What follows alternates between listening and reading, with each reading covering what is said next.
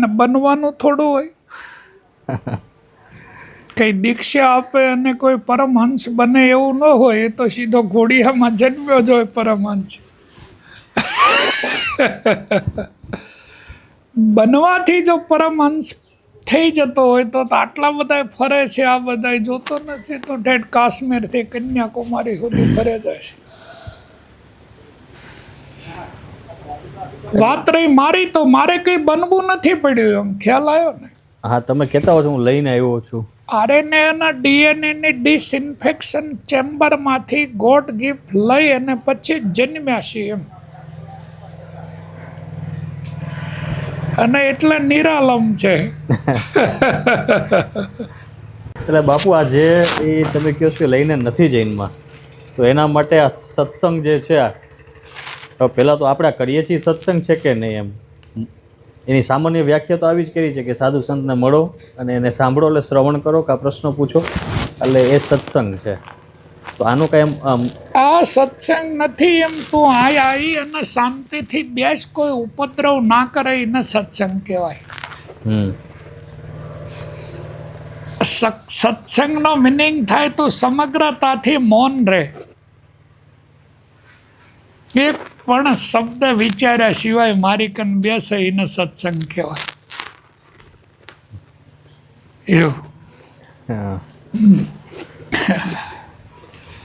Subconscious mind થી સીધી વાત કરે તો સત્સંગ કહેવાય.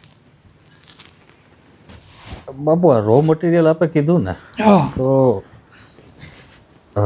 ઇજિપ્તના પિરામિડ છે જી, અને તમે કીધું રો મટીરિયલ આવે સ્ટારમાંથી. તો એક થિયરી એવી છે કે એક સ્ટાર છે જેનું નામ છે સિરિયસ, જેને આપણે સંસ્કૃતમાં સારું નામ છે, યાદ નથી આવતું અત્યારે.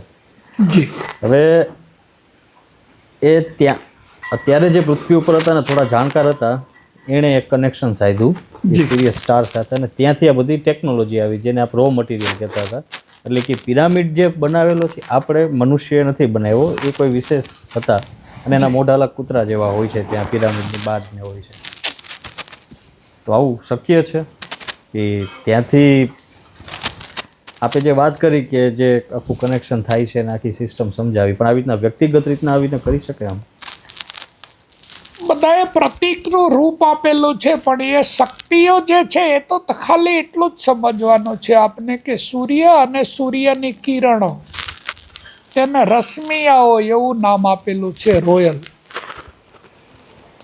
અને સમસ્ત સંસાર તેને દેવી દેવતાઓ કહે છે. એમાં ખાસ કરી અને સૂર્ય શિવ છે, પણ સૂર્યની કિરણો શક્તિઓ છે, તો એના બધા અલગ અલગ નામ આપ્યા છે. કે આને ભુવનેશ્વરી કહેવાય ને, આને તારા કહેવાય ને, આને બગલામુખી કહેવાય ને, વગેરે વગેરે. તારી સાથે જે કનેક્શન છે એ ઓનલી ફોડ અંતરિક્ષનું કનેક્શન છે. એટલા માટે તો આટલા બધા સેન્સરો આપ્યા છે. આમાં તને કઈ દેવી દેવતા દેખાય છે?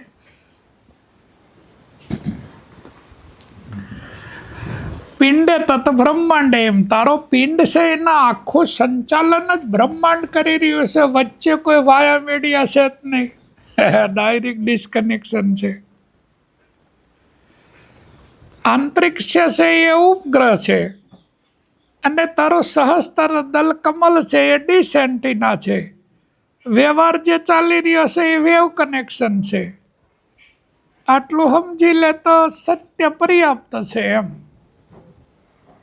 એટલે જો સત્ય તારે જાણવું હોય તો ખાલી સૂર્ય અને સૂર્યની કિરણો, ચંદ્ર અને ચંદ્રની કિરણો, મંગળ અને મંગળની કિરણો, બુધ અને બુધની કિરણો, ગુરુ અને ગુરુની કિરણો, શુક્ર અને શુક્રની કિરણો, શનિ અને શનિની કિરણો. તો સ્ટાર અને સ્ટારની શક્તિ એમ બે છે. તો એક સ્ટાર છે ને એક એની વેવ કનેક્શન છે, જો આ બધા સાથે જોડાયેલી છે એમ. અને આ સંચાલન ચાલી રહ્યું છે આખી સૃષ્ટિનું, ઉત્પત્તિ, સ્થિતિ અને લય.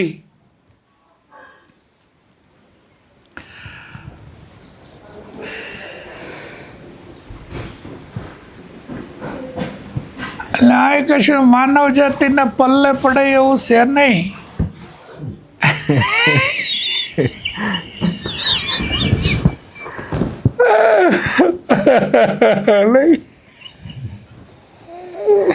એટલે એટલું બધું પ્રતિકાત્મક શીખવાડવામાં એવું છે, અને આપ જે વાત કરો છો એની પાછળ જે રહસ્ય છે પ્રતિકની પાછળ જી એ વાત કરો છો, એટલે એક શીખવાની જ કેપેસિટી શીખવાડવામાં નથી આવી. પ્રતિકાત્મક તમે કહો તો આમ મનને આમ એવું સરસ સરસ સમજાઈ જાય કે આ હા. પણ મારે તને જો એજ્યુકેશન આલવાનું હોય તો સામે જો પેલો છોડવો વિકસિત થયેલો છે જોયો દાઢમડીનો આ ધોતિયા નીચે રહ્યો, હા. તો જોઈ શકે છે તું કે ભાઈ આનું મેન્યુફેક્ચરિંગ કઈ રીતે થયેલું છે, એમ કોને આને ઉત્પન્ન કર્યો છે, કોને આનું મેન્યુફેક્ચરિંગ કર્યું છે, કોણ આને ચલાવી રહ્યો છે, તો સત્ય સુધી પહોંચાય એમ. તો મંદિરના મહાદેવમાં લઈ જઈને પછી જો એમ કે આ મહાદેવ કોને બનાવ્યું છે ને આ મહાદેવ કોને બનાવ્યું છે, એના બધા રિપોર્ટ લખેલા છે, પણ આમાં તો બનાવવા વાળાએ બનાવીને એનું ગામર હતું એ એમ જ નાખી દીધું છે પરફ્યુમની ગોળે ફટાક દઈને. તે હજુ કામ કરી રહ્યો છે ને એને વાંચવા વાળો કોઈ આવ્યો નથી એમ. ને તને આટલી મોટી સૃષ્ટિ દેખાય છે ને એ બી જીવિંત, કોઈ તો છે જ જો ચલાવી રહ્યું છે ધબધબાઈને, ટાઈમ ટેબલે ફૂલ આવે છે, ટાઈમ ટેબલે ફળ આવે છે, ટાઈમ ટેબલે વસંત આવે છે ને ટાઈમ ટેબલે પાનખરાઈ આવે છે એમ. તો આ જે કામ થઈ રહ્યું છે એની ખબર નથી, અને બધા અવળા રવાડે ચડ્યા છે ઠેઠ કાશ્મીરથી કન્યાકુમારી સુધી. એટલે મારે ભેગું ઉભું સંશોધન કરતો તારી સામે જે વિકસિત થઈ રહેલી સૃષ્ટિમાં સંશોધન કર કે ભાઈ આ બધાને કોને ડિઝાઇન કર્યા છે, બધાનો રૂલ્સ અને રેગ્યુલેશન શું છે, ડિસિપ્લિન છે, આઈડેન્ટિટી છે. સંન્યાસ લીધ્યા પછી બી પરમ તત્વને પ્રાપ્ત ન કરી શકાય, એના વિશે તારે શું સમજવું? બાપુ એમાં એક ચર્ચા વારંવાર થતી હોય છે કે સંન્યાસ જે છે ને, જી સંન્યાસ જ એક એવી વસ્તુ છે કે જે ધારણ કરવા માટે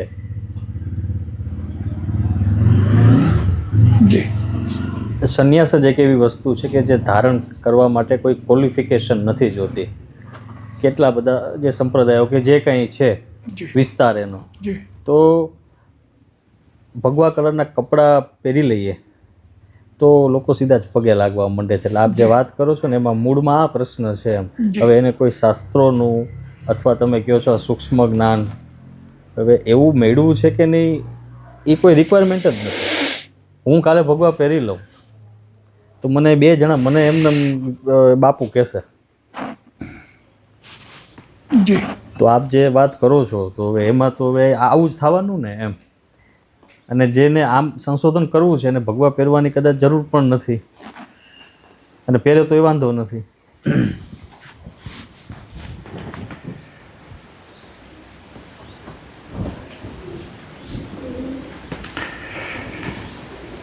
આ ઇન્ટરનલ કનેક્શન છે કે સૂર્ય અને સૂર્યની કિરણો, ચંદ્ર અને ચંદ્રની કિરણો, તો આ વિવિધ સૃષ્ટિ આપણને જે દેખાય છે એની વચ્ચે અને આંતરિક્ષ વચ્ચે કંઈક તો રિલેશન છે જ, બીજી કંઈ ઝાઝી ખબર ન પડે તો સંશોધન એના ઉપર કરવું જોઈએ ને એમ.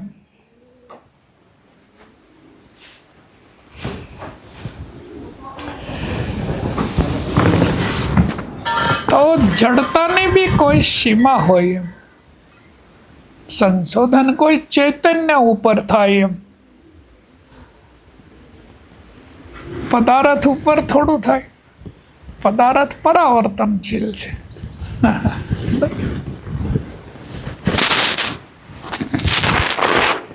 એટલે ભૂલો પડેલો છે સંસાર. હવે જેથી ઘેર આવે તેથી સાચું હવે.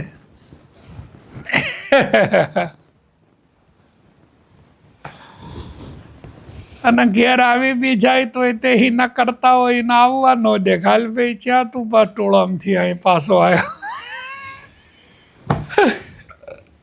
એવું છે.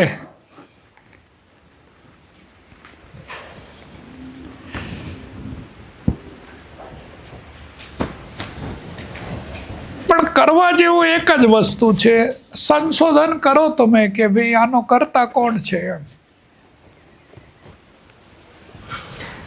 પણ બાપુ એ સંશોધન કરવા જે જાય છે એ બુદ્ધિ છે માનો. હવે આ તો તમે મને કહો છો અને હું જાઉં છું દાખલા તરીકે સંશોધન કરવા, તો મારી બુદ્ધિ જોશે ને બુદ્ધિ તો બહારનું જ જોઈ શકવા કેપેબલ છે. હવે એના જે સૂક્ષ્મ જે ગતિ ચાલે છે એ તો કેમ પકડાય? તારી બુદ્ધિ હાલે જ નહીં ને તું એ છોડવા કન જઈને ઊભો રહે એટલે એ જ્યાં ઊભી રહે ત્યાંની ત્યાં જ ઊભી રહે, હુકી જાય ત્યાં સુધી હાલે જ નહીં ને. તારી મન બુદ્ધિ ચિત્ત અહંકાર બધું અહીંયા કન જઈને ઊભો રહે એટલે ઊભું જ રહે, કશું હાલે નહીં. અરે કોઈ simple consciousness, self consciousness, cosmic consciousness, six sense awareness અને સુપ્રીમ કોસ્મિક કોન્શિયસનેસ સુધીની જે ફ્રીક્વન્સી છે એ દેખ્યું દરેક વ્યક્તિએ દાયરો બનાવ્યો છે કે આનું આ જ થાય, એ જીવે કે મરી જાય, પણ એ તારી સલાહ લે નહીં.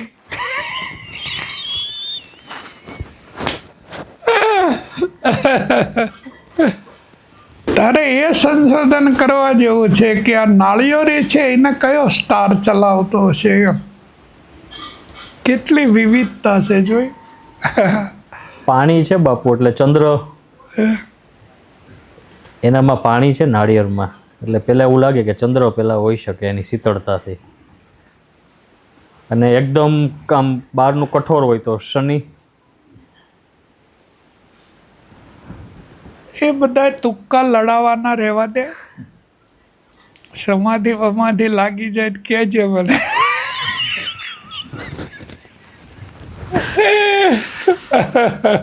બાપુ આજે મજા આવી હો, તમે બહુ ખીજાણા આજે. લો કરો બહુ તોડ્યો અને એ બહુ મજા આવી એમ. તને તોડવો એટલા માટે પડ્યો કે હા આ વિશ્વ તો જોતો ખરો કેટલું વિવિધ પ્રકારે સર્જેલું છે, પણ કોઈ વ્યક્તિ સંશોધન કરવા તૈયાર જ નથી એમ કે ભાઈ આનો કરતા કોણ છે.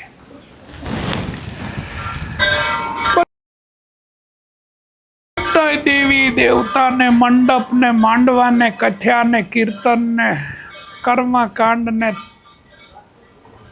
મેલા લાગ્યા છે અને આ પ્રકૃતિ હુકાઈ રહી છે એમ. કોઈએ પૂછ્યું બી નહીં કે ભાઈ તારો રૂલ્સ અને રેગ્યુલેશન શું છે. સાયન્સ વિકસિત થાય તો ભૌતિક સુખોની પ્રાપ્તિ થાય અને કરવી બી જોઈએ એમ. આપણે જે ભૌતિક સુખોની પ્રાપ્તિ કરી છે એના કરતાં 1000 વોલ્ટેજ વધારે દેવી દેવતાઓએ પ્રાપ્તિ કરેલી છે, પણ એ લોકોની પાસે હર વસ્તુનું ગામર છે કે ભાઈ આ આટલા માટે જ સર્જાણી છે અને આ એનો રૂલ્સ અને રેગ્યુલેશન છે અને ડિસિપ્લિન તેની આઈડેન્ટિટી છે એમ. તો ભૌતિક સુખને અને આને કંઈ લેવા દેવા નથી એમ. તું ટેકનોલોજી ગમે તેટલી વિકસિત કરીને પ્રકૃતિને કંઈ લેવા દેવા નથી. ટેકનોલોજી આવી તો પ્રકૃતિમાંથી જ છે.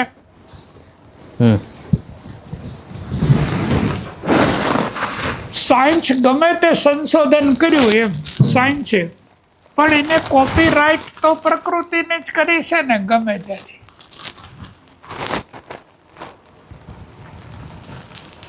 તારે હાઈએસ્ટમાં હાઈએસ્ટ પ્લેન કયું છે? ફાઇટર પ્લેન્સ હોય છે જેટ. અને હાઈએસ્ટમાં હાઈએસ્ટ ગતિ બાજુમાં કયા બાજની છે?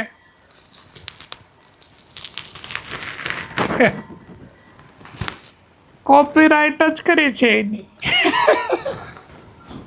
એ બાજની એટલી બધી ગતિ છે ને કે કોઈ પણ પરિંદો પૃથ્વીની પ્લેટમાંથી ઉડે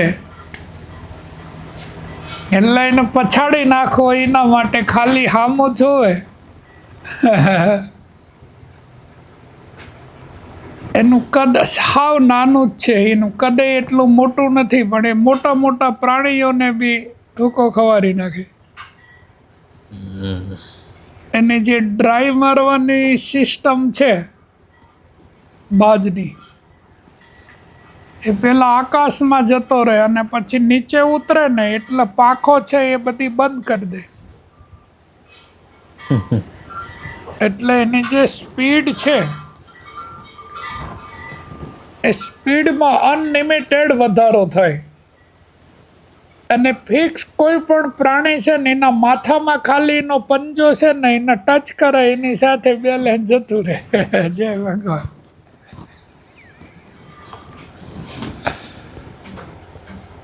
ફેંકી જ દે નીચે ગમે તેવું પ્રાણી હોય. તો અત્યારે જે સુપરમાં સુપરસોનિક પ્લેનો જે ડિઝાઇન થઈ રહ્યા છે લડાયક, એ એની રાઈટ કોપીરાઇટ છે. એટલે પ્રકૃતિમાંથી જ આવ્યું. હા, એ પ્લેન છે એ બી જ્યારે એને જો કોઈ રડાર ઉપર થઈને નીકળવાનું હોય ને તો પાંખું છે એને બંધ કરી લે, એટલે પેલું સમજ જ ના પડે કે ભાઈ કોઈ પંખી જાય છે કે પ્લેન છે.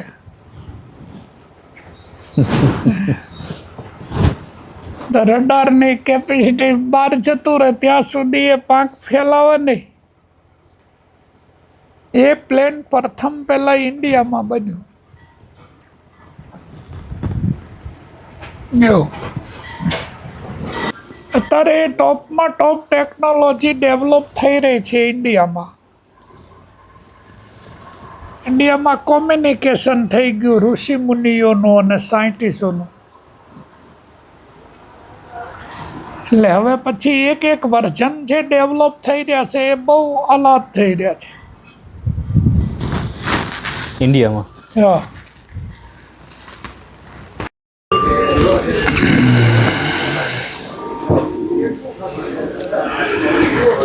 મને એ નહીં સમજાતું કે આ માનવ જાતિને શું મેળવવું છે તે ધોડ કરી રહી છે.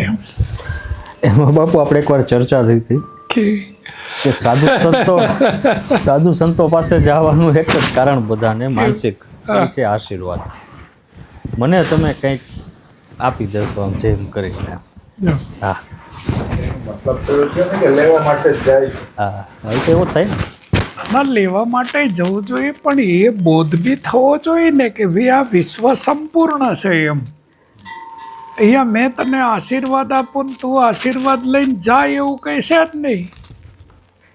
અહીં તો આપણે વાત થઈ હતી પ્રારબ્ધોને આશીર્વાદ, એના ઉપર આપણે બધું ખુલ્લું છૂટું પાડી દીધું. અહીંયા મેં વળ ખાઈને આશીર્વાદ આપું તો એ ઉતરે નહીં. મેં ડબ્બો હારો બંધ કરેલો છે બે. આ યાત્રામાં કોઈ પણ વ્યક્તિ ભાગ ના લઈ શકે સ્પર્ધામાં. આ યાત્રા જ ઇન્ટરનલ છે, એટલે પોતે પોતાના સિવાય કોઈને સમજ પડે એવી જ નથી. પોતે પોતાના સિવાય કોઈને સમજ પડે એવી જ નથી, કેમ કે આ તો ઇન્ટરનલ યાત્રા છે અને ચાલી રહ્યું છે બધું બહિર્મુખ. અને બહિર્મુખ જે યાત્રા છે એના તો સમજ પડે જ નહીં ઇન્ટરનલની.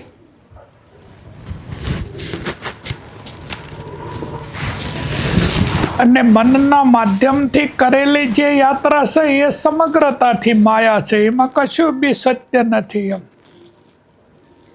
તો બાપુ આ બધા જેટલી સાધના કરતા હોય છે, શિબિર કરતા હોય છે, યોગના કાર્યક્રમો કરતા હોય છે કે જેમાં પ્રાણાયામ અને આસન આના ઉપર કામ થતું હોય છે, તો આનાથી આ તમે જે કહો છો આંતરિક યાત્રા, એમાં કંઈ ફેર પડે છે કે એ પછી સોસાયટીમાં 5 જણા કરતા હોય ને તું એકલો ના કરતો હોય તો એટલે 5 જણા તને રોજ નાસ્તિક છે એવું કે એટલે તુંય ભેગો જઈને ધૂણવા માંડે, એટલે થઈ જ ગયો આપણો. સંખ્યા વધારવાની. પછી તું એ ગ્રુપમાં મળી જાય પછી ભલે તું ધ્યાન કરે કે ના કરે પણ તું પરમહંસ થઈ ગયો એમ. લેબલ તો હોય જ છે એમાં. એટલે આવી યાત્રાઓ થોડી હોય કે તમે કોઈ ભીડ ભેગી થાવ અને એમાં કોઈની કુંડલીની શક્તિ જાગૃત થાય. હા, કોઈ વ્યક્તિ જંગલમાં અકેલો જતો રહ્યો હોય અને એકલો 12 વર્ષ સુધી રહીને બારો આવ્યો હોય જાગી જઈ હોય એ વાત બરોબર છે. પણ સમૂહમાં કરેલી યાત્રા છે ને બધી ભેગી થઈને મૂલાધારમાં જ જાય. સમૂહમાં કરેલી યાત્રા કોઈ દાડો શિખર ઉપર ના જાય એમ. સમૂહમાં મારો દીકરો ધ્યાનમાં જેલો હોય ધ્યાન કરવા માટે અને બીજાને ધ્યાન લાગ્યું છે કે નથી લાગ્યું એમાં 4 દાડા સુધી આટા મારે. પોતે ધ્યાનમાં જવું કે ન જવું પણ એ ધ્યાનમાં બેસીને ઓલે પડખે વાળા ધ્યાન લાગ્યું છે કે નહીં. એટલે એ વાર બીજાના મેન્ટલી પાવર સાથે જોડાય એમ. પોતાના સાથે જોડાવાનું છે એ તો ભૂલી ગયો હોય. અને આ તો અસ્તિત્વની યાત્રા છે એટલે આ તો તમારે મેળવવાનો બી પોતે પોતાનો જ છે, તમારે જાણવાનો બી પોતે પોતાનો જ છે, તમારે અનુભવ બી કરવાનો છે તોય પોતે પોતાનો જ છે એમ. અને રસ્તો એવો છે 0 ડાયમેન્શનનો કે એમાં તમે જાવ તો જ અનુભવ કરી શકો એમ.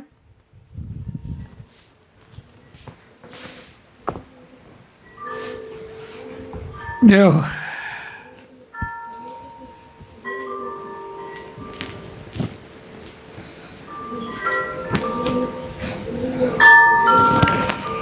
આ તો પૂછી જ લે દમ લગાવીને તારે કોઈ દાડો વરઘોડો છે એ પાછો પૂછવા વાળું મળે.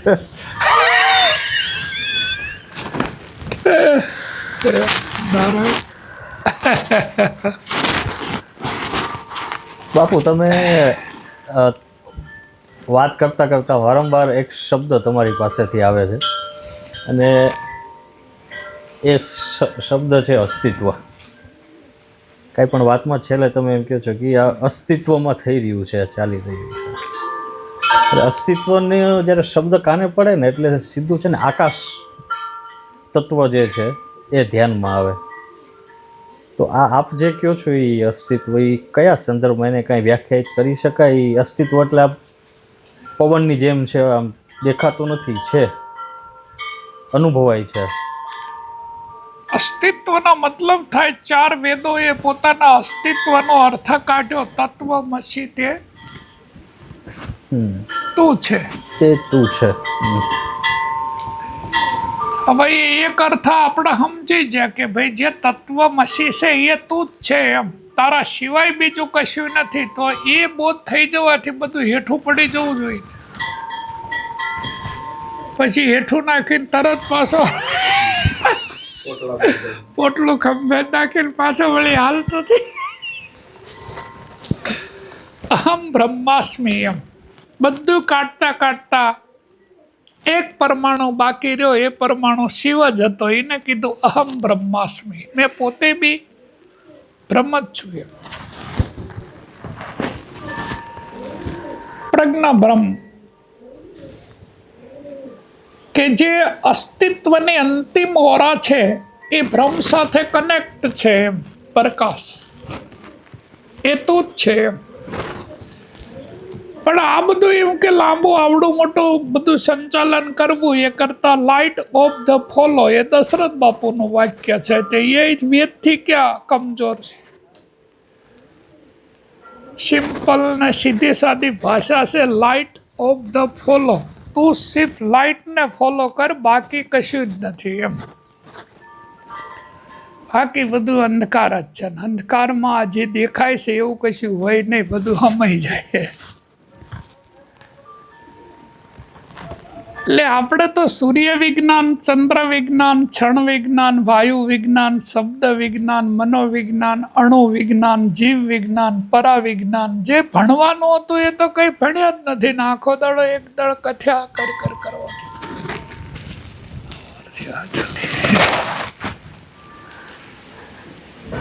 જેનું એજ્યુકેશન લેવાનું હતું એ તો પલ્લે નથી પડ્યું એમ.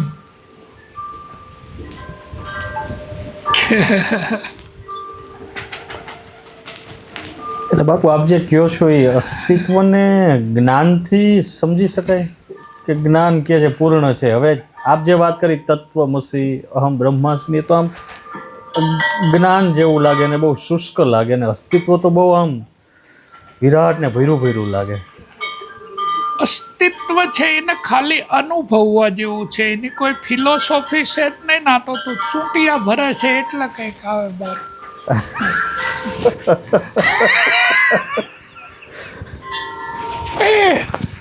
તો ચટુણિયા ભરે એટલે મારું આવે ને. અનુભૂતિ છે એ તો અસ્તિત્વ ગમ્ય છે એટલે ત્યાં તો કોઈ વાણી છે નહીં એમ. વાણી જેને વર્ણવી શકે નહીં, સદગુરુ કેરું સબરું, મન બુદ્ધિ જ્યાં પહોંચે નહીં અને ઉપમા રહી જાય અનુપ. હા,